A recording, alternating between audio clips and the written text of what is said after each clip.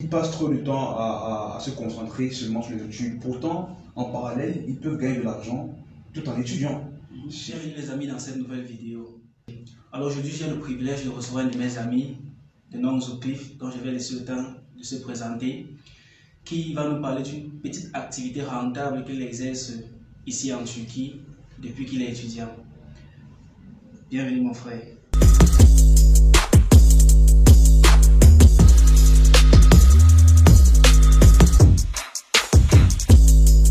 Merci beaucoup, c'est un plaisir pour moi d'être invité sur ta page YouTube aujourd'hui et de partager mes expériences sur le plan étudiantin et entrepreneurial avec tes abonnés. D'accord. Est-ce que tu peux nous présenter qui est Zulkifli, qu'est-ce que tu fais en Turquie, quelle filière tu étudies? Est-ce que tu peux nous donner plus d'informations sur ta personnalité? Bon, déjà, je me prénomme Zulkifli Karapit Fouakon. Je suis étudiant ici en Turquie à l'université Turkagazman Pacha. La raison pour laquelle on fait cette vidéo, c'est qu'il y a une de tes activités qui m'a beaucoup marqué, celle de la vente des livres. Est-ce que tu peux me dire quel genre de livres tu vends pour que ma communauté puisse aussi vraiment comprendre de quoi il s'agit? Ouais, très bonne question. Bon, déjà, je fais dans la motivation personnelle, c'est-à-dire l'éducation financière. Et aussi, parce que je me suis rendu compte que nous, étudiants africains, surtout ceux de la diaspora, lorsque nous venons, la plupart du temps, nous nous concentrons sur nos études et nous dépendons tellement de nos parents. Surtout ceux qui viennent de la classe moyenne. Donc, quelle que soit la classe sociale dans laquelle vous provenez, il n'y a pas de souci. Donc, j'ai constaté que déjà, les étudiants, ils passent trop de temps à se concentrer seulement sur les études. Pourtant, en parallèle, ils peuvent gagner de l'argent tout en étudiant. Ce qui est un très grand avantage sur le plan personnel, sur le plan développement personnel, parce que lorsque vous vous lancez peut-être en entrepreneuriat ou bien lorsque vous faites vos études et que vous gagnez de l'argent avec une activité qui génère des revenus, ça vous permet d'acquérir de l'expérience sur le plan professionnel, sur le plan entrepreneurial, qui peut vous permettre de vous lancer dans ce monde entrepreneurial qui devient un monde, qui devient un secteur très dynamique aujourd'hui, de nos jours. Bon, alors, lorsque j'ai vu cela, j'ai dit pourquoi pas me lancer aussi dans ce secteur-là, afin d'acquérir de l'expérience, afin de côtoyer des personnes, parce que il y a un adage qui dit que si je veux pas être soulard, moi je parle de soulard. Si je veux être riche, moi je parle des riches. Alors je suis dans ce business de vente des livres en fait, pour pouvoir acquérir des connaissances, me cultiver et aussi aider ceux qui sont autour de moi à se cultiver également et gagner de l'argent. Quels sont par exemple les différents auteurs dont tu commercialises leurs livres? Oh, je commercialise beaucoup d'auteurs. Pour commencer, il y a le docteur Pauline Novici, qui ne me présente plus. Bon, pour ceux qui ne le connaissent pas, c'est Alias l'assassin. Alias l'assassin. C'est, je veux dire, un médecin atypique camerounais qui, après ses études en médecine, a décidé de se lancer en entrepreneuriat parce que déjà le contexte socio-professionnel africain est tellement compliqué. Après les études, parfois, tout le monde veut être engagé par l'État, c'est-à-dire la fonction publique. Le deuxième auteur que je commercialise, il y a Valère Bélias, qui est un étudiant camerounais vivant en France. Je connais ces livres. Je connais, n'est-ce pas? Il est étudiant en médecine. Et lui aussi, il fait dans le même secteur, c'est-à-dire il commercialise des livres des auteurs et ensuite et aussi il est coach en motivation personnelle. Il y a également Robert Kiyosaki, qui est un très grand milliardaire américain, qui est d'ailleurs l'ami de Donald Trump, qui est l'auteur de plusieurs ouvrages tels que Père riche, Père pauvre. Je pense que tout le monde connaît ce livre-là, et beaucoup d'autres ouvrages. Il y a également Ricardo Kanyama, qui est un auteur, un écrivain, un homme d'affaires, un autodidacte congolais qui a écrit un livre, La chair de ma mère, que je recommande aussi à lire. Bon, ce sont toutes ces personnes-là qui m'ont motivé à me lancer dans ce secteur de vendre des livres, et puis aussi acquérir des connaissances d'entrepreneuriat. Parce que j'envisage me lancer dans l'entrepreneuriat. D'ailleurs, je suis déjà entrepreneur parce que j'entreprends, j'ai des petits projets en cours et j'ai aussi également des petites activités que je mène au quotidien qui me permettent de gagner ma vie ici en Turquie. Alors, je pense que je vais que citer que ceux-là parce que ce sont des principaux auteurs que je commercialise en fait. C'est très exceptionnel ce que tu me racontes là. En fait, tu es étudiant et tu commercialises des livres. Sur quel format tu les commercialises? Pour l'instant, je les commercialise encore en PDF parce que en format réel, il faut une logistique du très haut niveau et pour le moment, je n'ai pas encore cette logistique-là. Mais j'envisage vendre des livres en format non PDF. Tu comprends? À tous ceux qui voudront d'ailleurs les acheter. Et je vous conseille de vous lancer dans la lecture parce que la lecture vous permet de vous cultiver et ça vous permet de vous ouvrir sur le monde. Ça permet d'avoir une ouverture sur le monde, sur le plan global et beaucoup de choses en fait.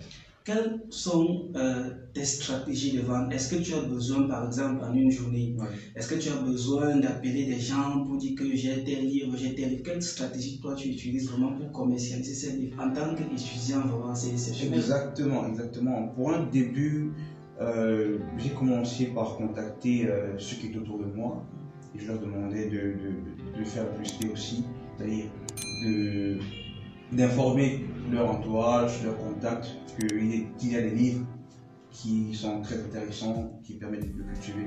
Et j'ai aussi une autre stratégie. Bon, avec le temps, j'ai aussi développé une stratégie, c'est-à-dire j'ai bâti une communauté qui sait que avec moi, ils peuvent avoir n'importe quel livre sur la motivation personnelle, sur l'entrepreneuriat, sur l'éducation financière. Et comme stratégie de vente aussi, il y a WhatsApp. Bon, comme j'ai tellement de contacts, dès que je mets un statut WhatsApp, j'ai des commandes qui arrivent à craquer. Donc, je compte aussi me lancer sur Facebook parce que Facebook est une plateforme globale. Je pense que sur Facebook, je vais pouvoir atteindre tout le monde. Ça veut dire on considère cette activité-là comme une activité à revenu passif. Donc, déjà, même quand tu dors, tes statuts que tu postes travaillent sur toi. Exactement. C'est incroyable de savoir que avec un téléphone, en tant qu'étudiant, tu es capable de travailler de l'argent. En fait, je vais aller un peu en profondeur. Est-ce que tu peux me dire combien tu gagnes environ par semaine? C'est une question. Bon, je ne voudrais pas divulguer mes informations, mais je vais quand même le faire parce que tu es un frère pour moi. Déjà, en moyenne, par semaine, je peux gagner, je dis en France CFA parce que c'est une monnaie courante en Afrique, en Centrale Afrique de l'Ouest. Déjà en moyenne, par semaine, je peux, puisque les PDF coûtent 2500 francs CFA, qui sont abordables pour tous, je pense. Par semaine, je peux me trouver avec c'est-à-dire, par semaine, je peux avoir, je vais dire 50 000. 50 000. Mais c'est pas fixe, hein. Ça fluctue en fait.